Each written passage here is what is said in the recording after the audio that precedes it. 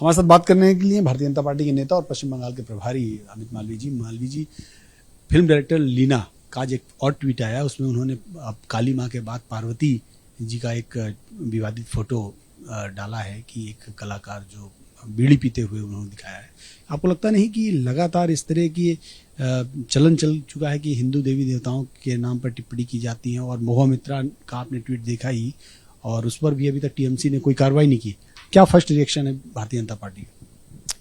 जहां तक महुआ मोइत्रा का सवाल है, ये सवाल ममता बनर्जी से पूछा जाना चाहिए कि बंगाल के मुख्यमंत्री और गृह मंत्री के बतौर उन्होंने अभी तक महुआ मोइत्रा पर पश्चिम बंगाल की पुलिस को कार्रवाई करने की इजाजत क्यों नहीं दी? क्यों उन्होंने अभी तक महुआ मोइत्रा को पार्टी से सस्पेंड नहीं किया है? ये वही ममता बनर्जी हैं जो नुपुर शर्मा पे तुरंत कार्रवाई की बात कर रही थी।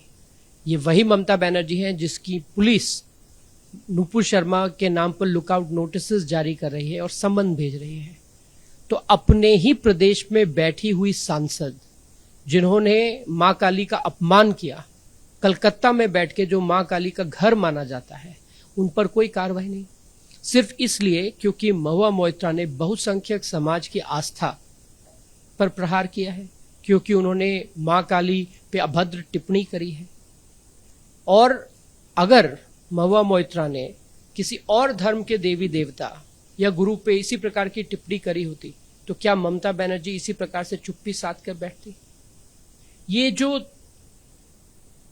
तुष्टीकरण की राजनीति है कि माइनॉरिटीज के देवी देवताओं के खिलाफ अगर कुछ भी बोला जाए, चाहे वो सत्य भी हो, तब उस पे हाहाकार मचाना, और हिंदू समाज पर लगातार प्रहार होते रहे, लगातार उनके देवी देवताओं का अभद्र चित्रण होता रहे, लेकिन उस पर कोई कार्रवाई नहीं किया जाए।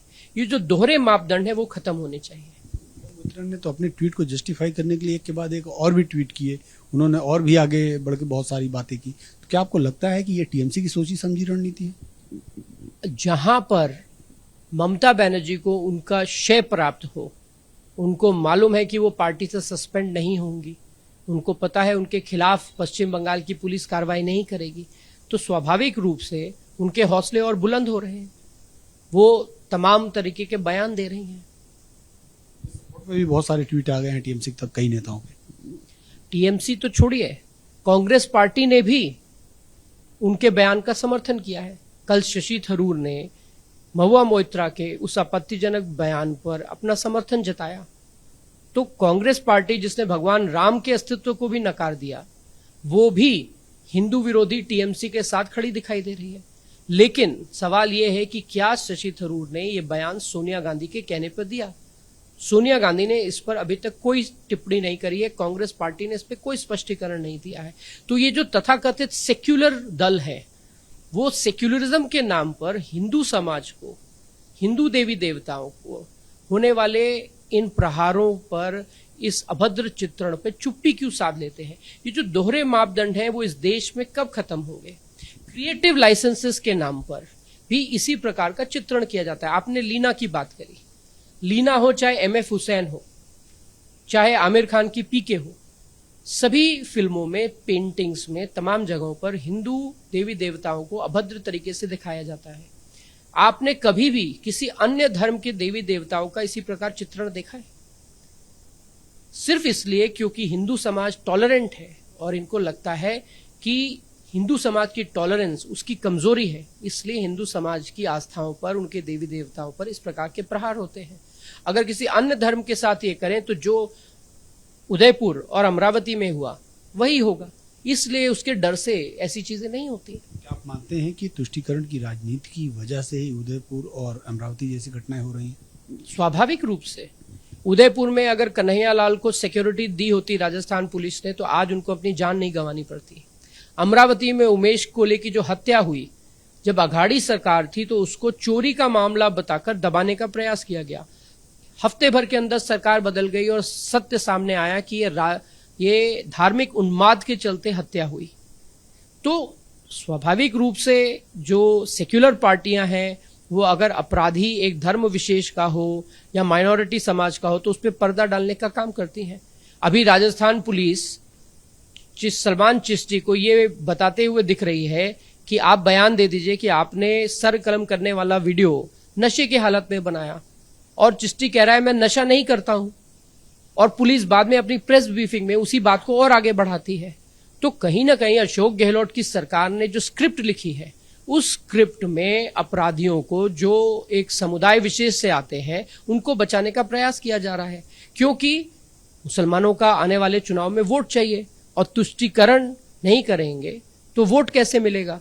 इसके लिए अगर कुछ हिंदुओं को अपनी जान भी गंवानी पड़े तो इन सेक्युलर दलों को यह स्वीकार्य है।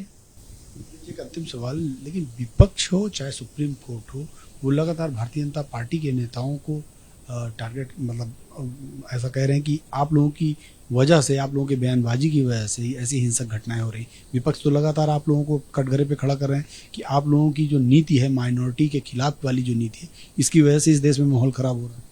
बाबा साहेब अम्बेडकर ने 1930 में ऐसे तमाम प्रकरणों का जिक्र किया था जिसमें मुसलमानों ने धर्म के चलते कई हिंदुओं को मारने का काम किया। उस वक्त कौन से बीजेपी के नेता ने बयान दिया था? कमलेश तिवारी, जिनको इसी प्रकार से मारा गया, उस वक्त किस बीजेपी नेता ने बयान दिया था? जो धर्म तलवार के आधार पर बढ़ा है या जो विचारधारा तलवार के आधार पर बढ़ी है, आप उसको किसी बयान से जोड़कर ना देखें, इतिहास को देखें।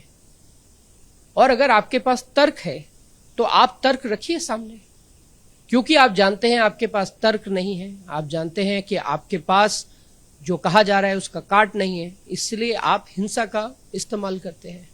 पहले ऐसी घटनाओं को दबाने का काम किया जाता था, जैसे आज राजस्थान में और अगाड़ी की सरकार के दौरान किया जा रहा था। लेकिन समाज जागरूक हो चुका है, हिंदू समाज उसके प्रति हो रहे अन्याय को अब सहना नहीं चाहता, उस पर चर्चा होती है, वो चीजें सामने आती हैं। इसीलिए ये जो सेक्युलरवादी हैं, ये जो अभिव्यक्ति की आजादी की बात करते हैं, ये बौखलाए हुए हैं।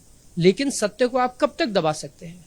समय आ गया है जब हिंदुस्तान को अपनी सच्चाई को देखना होगा और हमें इस बात को मानना होगा कि हम कहां से आए हैं, हमारा अस्तित्व क्या है, हमारा समाज क्या है, और उस समाज में कौन लोग हैं जो द्वेष फैलाने का काम कर रहे हैं। अमित मालवीय जी हैं भारतीय जनता पार्टी के नेता। उनका मानना है कि टीएमसी ने अब तक कार्रवाई क्यों नहीं की, इस बात का जवाब ममता बनर्जी को देना चाहिए। कैमरामैन कपिल के साथ नीरज पांडे, वीपी न्यूज, दिल्ली।